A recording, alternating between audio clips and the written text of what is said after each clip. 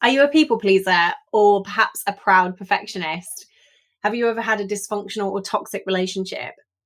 Have you been wondering if you might be codependent and what to do about it? Hi, I'm Westwood, the codependency coach, and I have 7 super helpful questions for you to consider if you're tired of repeating the same frustrating patterns in your relationships. Are you sitting comfortably? Then I'll begin.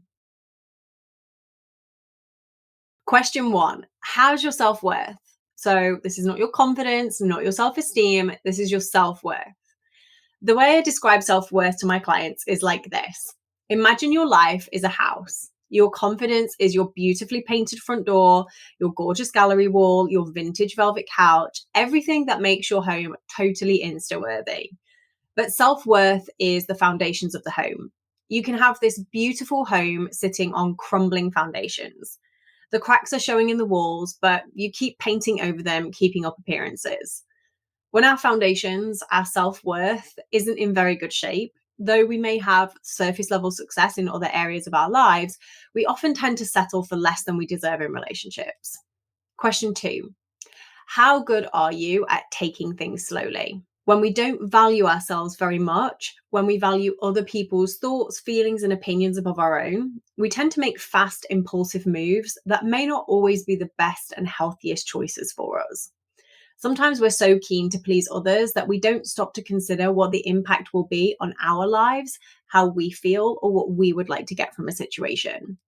Question 3: how easy is it for you to identify your feelings? If you're not looking to someone else to guide you, if you have no outside validation or feedback, how easy is it for you to know how you feel, what you want or need? And question 4: if you can identify your feelings, your wants and needs, how good are you at expressing them? AKA the buzzword of the decade, boundaries. Are you able to ask for what you want and need without it being a big emotional outburst because you've reached breaking point? Are you able to calmly ask for your needs, big or small, to be met? And if the other person can't or won't, can you walk away? Often, when we find it hard to communicate our wants and needs and boundaries, we find ourselves compromising on our own values because that feels easier than holding a line or accepting that someone can't meet us in the way that we've asked for.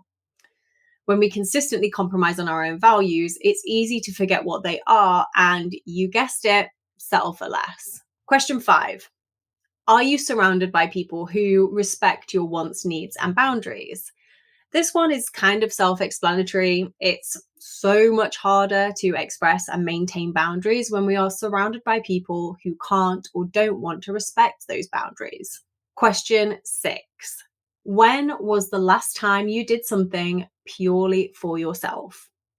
I'm not talking about the necessities like eating or going to the bathroom, though let's face it, sometimes when we're in people pleaser mode, we might even forego those things just so we can meet the needs of others above our own.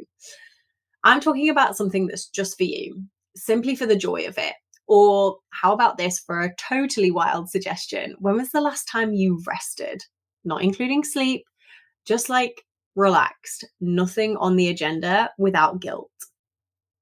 And my final question for you today, my lovely: can you imagine your life with fulfilled, happy, respectful relationships in it? Does it feel like a stretch to imagine a world where the people around you, your partner, your work colleagues, your friends, actively care about you, show you respect, support you, and make it easy for you to be 100% yourself, even if they don't always agree with you or like what you have to say? If you found your answers to these questions revealing, confusing, surprising, or perhaps you found them hard to answer, and you'd like to hear more from me on how you can stop people pleasing, heal your codependent tendencies, and how to spot if you might be in a toxic relationship, please join me over on the amazing Emjoy app. Emjoy is packed full of incredible, inclusive, women-centered content from lots of amazing creators and experts.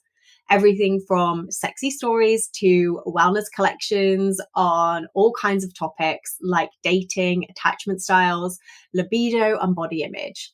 And you can grab a 2-week free trial when you use the link below this video.